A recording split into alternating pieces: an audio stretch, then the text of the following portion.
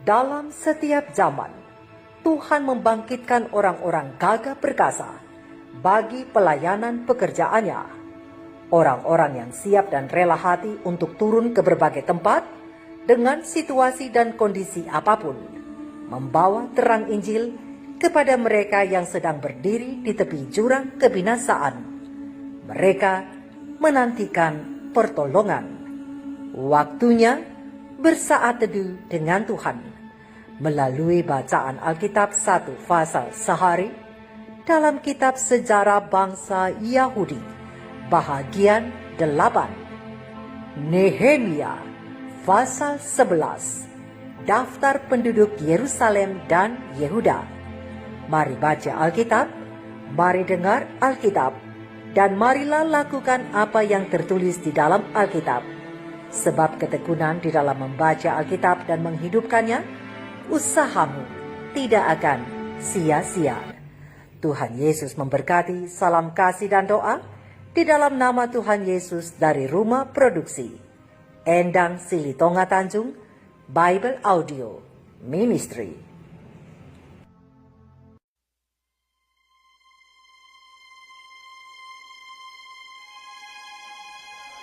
Para pemimpin bangsa menetap di Yerusalem, sedang orang-orang lain membuang undi untuk menentukan 1 dari 10 orang yang harus menetap di Yerusalem, kota yang kudus itu.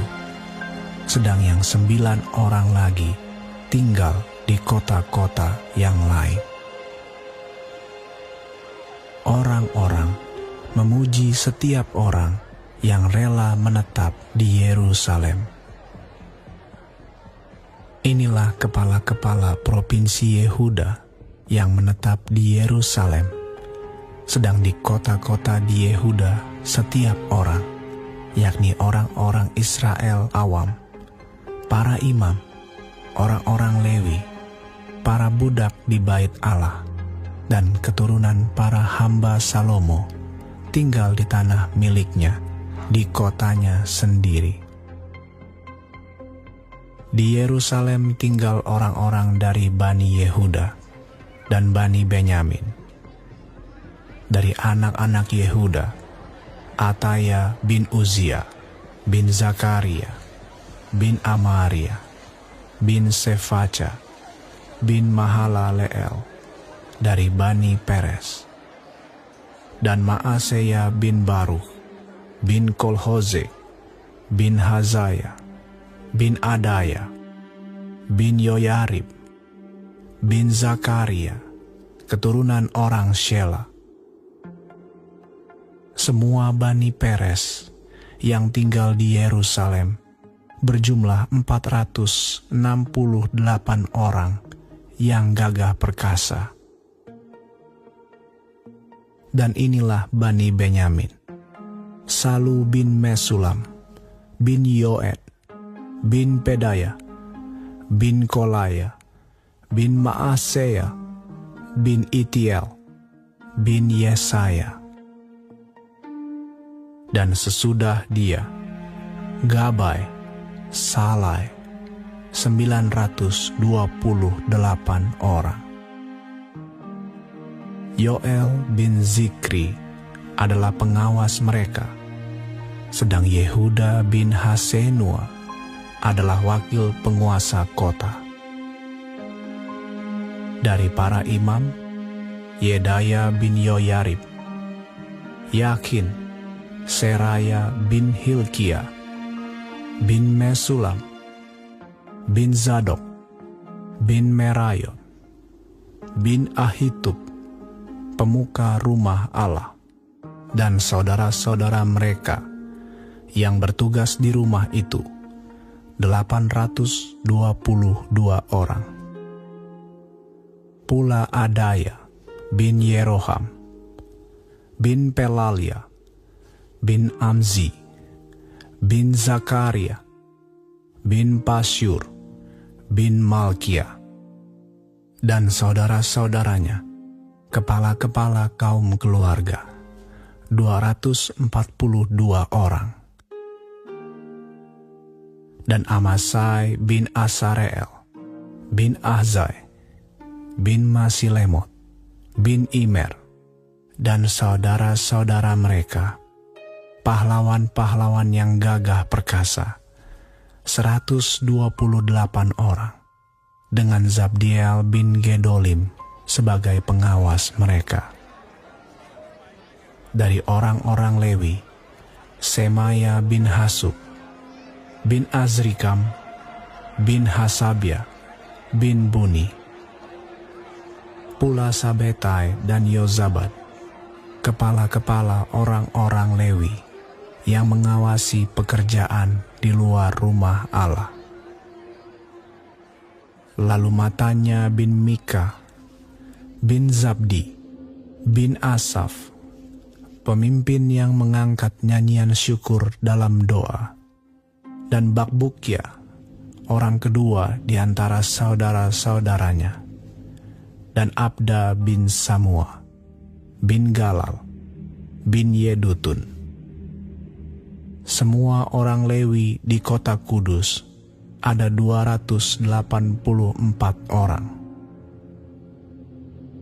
Para penunggu pintu gerbang, Akub dan Talmon, dengan saudara-saudara mereka yang mengadakan penjagaan di pintu-pintu gerbang, berjumlah 172 orang. Selebihnya dari orang-orang Israel awam, dan dari para imam, dan orang-orang Lewi ada di semua kota Yehuda, masing-masing di tanah pusakanya. Tetapi para budak di bait Allah tinggal di Ofel. Ziha dan Gispa adalah pemimpin para budak di bait Allah itu. Pengawas orang-orang Lewi di Yerusalem adalah Uzi bin Bani, bin Hasabia, bin Matanya, bin Mika dari Bani Asaf, yakni para penyanyi yang menyanyi sementara berlangsung kebaktian di rumah Allah. Karena mengenai mereka ada perintah raja yang menetapkan peraturan untuk para penyanyi menurut keperluan setiap hari. Petahya bin Mesezabeel dari Bani Zerah bin Yehuda diperbantukan kepada raja untuk segala urusan mengenai bangsa itu. Tentang tempat-tempat kediaman di daerah perladangan, sebagian dari Bani Yehuda tinggal di Kiryat Arba dan segala anak kotanya, di Dibon dan segala anak kotanya, dan di Yekabzeel dan desa-desanya, di Yesua, di Molada, dan Bet Pelet, di Hazar Sual, di Bersheba dan segala anak kotanya, di Ziklak, di Mekona dan segala anak kotanya, di En-Rimon, Zora, Yarmut, Zanoah, Adulam dan desa-desanya, di Lahis dan ladang-ladangnya, dan di Azeka dan segala anak kotanya. Demikianlah mereka berkampung dari Bersheba sampai Lebak Hinom. Dan Bani Benyamin tinggal mulai dari Geba, di Mikmas, di Aya, di Betel dan segala anak kotanya, di Anatot, Nob dan Ananya, di Hazor, Rama dan Gitaim, di Hadid, Zeboim dan Nebalat, di Lot dan di Ono, lembah tukang-tukang. Beberapa rombongan orang Lewi dari Yehuda bergabung dengan orang Benyamin.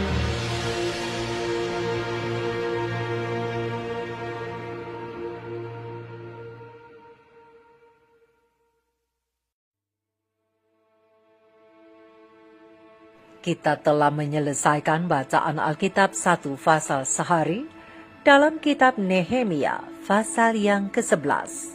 Sedikit perenungan melalui pasal ini tentang hati yang rela melayani Tuhan. Saudara dan saudariku, bila kita membaca terang besar Alkitab Nehemia 11 ayat 1 dan 2, apakah yang sedang terjadi di dalam pasal ini? Mengapakah mereka harus membuang undi untuk menentukan siapa yang harus tinggal di Yerusalem dan yang lain di kota-kota lainnya? Apakah yang diajarkan Nehemia pasal yang ke-11 bagi kita? Sangat penting bagi Yerusalem untuk memperoleh penghuni baru dari para pendatang yang baru saja kembali dari penawanan. Tampaknya lebih mudah hidup di pedesaan daripada di kota. Orang-orang memiliki tanah mereka sendiri yang diwarisi dari nenek moyang mereka. Dengan meninggalkan tanah mereka dan pergi untuk tinggal di Yerusalem, mereka membutuhkan kerelaan dan pengorbanan diri. Dan banyak yang benar-benar merasa bahwa mereka akan celaka jika mereka melakukannya. Hidup di tempat baru akan memiliki tantangan baru dan gaya hidup baru. Gaya hidup perkotaan berbeda dari hidup di daerah pedesaan. Memang senantiasa sulit untuk pindah ke suatu keadaan yang baru dan yang tidak dikenal. Keadaan di atas juga menggambarkan kondisi pelayanan penginjilan. Seberapa menantangkah untuk pindah ke kota atau negara baru di mana Injil perlu disebarkan? Misi ke kota-kota membutuhkan kemauan dan kerelaan para misionari untuk menjalani petualangan dan kesulitan yang baru. Pena Ilham Ilahi Roh Nubuat Testimonies for the Church Volume 7 halaman 40 menyatakan bahwa para pekerja Tuhan tidak menjangkau sebagaimana mestinya. Para pemuka tidak sadar akan pekerjaan yang harus diselesaikan. Ketika hamba-hamba Tuhan memikirkan kota-kota di mana sangat sedikit yang telah dilakukan, di mana ada beribu-ribu orang yang harus diperingatkan tentang kedatangan juru selamat yang segera. Hamba Tuhan itu merasakan keinginan yang sangat kuat untuk melihat pria dan wanita pergi bekerja dalam kuasa roh, dipenuhi dengan kasih Kristus untuk jiwa-jiwa yang sedang binasa. Kita semua harus sadar bahwa ketika jalan terbuka, kita dapat memajukan pekerjaan di kota-kota besar. Kita jauh tertinggal dalam mengikuti cahaya yang diberikan untuk memasuki kota-kota ini dan mendirikan peringatan untuk Tuhan. Selangkah demi selangkah kita harus memimpin jiwa-jiwa itu menuju cahaya kebenaran sepenuhnya. Saudara dan saudariku, seluruh pelayanan Kristiani didasarkan atas sikap hati yang rela. Mengapa demikian? Jawabnya adalah karena kita rindu membalas cinta kasih Tuhan yang luar biasa itu. Di dalam terang besar Alkitab Nehemia 11 ayat 2 dikatakan bahwa setiap orang memuji orang-orang yang dengan rela hati tinggal di Yerusalem. Pada saat setelah tembok Yerusalem selesai dibangun, maka penduduknya belumlah banyak. Maka Nehemia bersama-sama dengan para pemimpin menentukan satu dari antara 10 orang untuk tinggal di kota Yerusalem supaya kota itu bertambah ramai penduduknya. Dan alasan yang lain, mungkin saja supaya orang-orang yang tinggal di Yerusalem itu menjadi mercusuar-mercusuar yang akan membawa terang kebenaran firman Tuhan kepada orang-orang yang ada di sekitarnya. Tetapi apabila orang-orang itu diminta untuk tinggal di sana, belum tentu mereka mau. Mengapa? Jawabannya bisa bervariasi. Salah satu jawabannya bisa saja karena dengan sedikitnya penduduk kota Yerusalem, maka perekonomiannya juga pasti minim dan tidak semakmur kota-kota yang penduduknya banyak. Namun orang-orang yang rela hatinya ini memang layak menerima pujian, sebab tidak semua orang mau tinggal dengan kondisi kota yang masih asing, masih baru, dan mungkin kurang menyenangkan. Oleh karena itu, mari kita belajar untuk menguji hati kita pada saat kita melayani Tuhan saat ini di dalam menjangkau jiwa-jiwa yang nyaris binasa. Apakah kita melayani untuk mendapatkan bayaran, ataukah supaya dipuji, ataukah karena takut dihukum? Saudara dan saudariku, jika kita melayani Tuhan dengan alasan-alasan tersebut, maka kita perlu memeriksa kembali sikap hati kita. Bukankah Tuhan telah rela turun ke dunia, menjadi sama dengan manusia, dan mati di kayu salib untuk menebus dosa kita? Mengapa kita harus takut melayani Tuhan di tempat yang asing, di tempat yang baru, yang rasanya mungkin kurang nyaman, dan pekerjaan pelayanan itu membutuhkan kerja yang lebih keras dari segi waktu dan tenaga, melebihi pelayanan dari orang-orang percaya lainnya? Ingatlah bahwa jiwa-jiwa yang rindu sedang menunggu siapa yang mau dengan rela hati membawa kabar keselamatan ini kepada mereka. Sekali lagi, dasar dari seluruh pelayanan bagi Kristus, bagi Isa Al-Masih adalah kerelaan hati. Kerelaan yang tidak bergantung kepada orang lain, tidak bergantung kepada situasi dan kondisi, tetapi kita melayani Tuhan karena kita sungguh-sungguh mengasihi Dia dan mengasihi mereka yang Ia kasihi, yang nyaris binasa. Mari kita renungkan ini bersama. Tuhan Yesus memberkati. Shalom.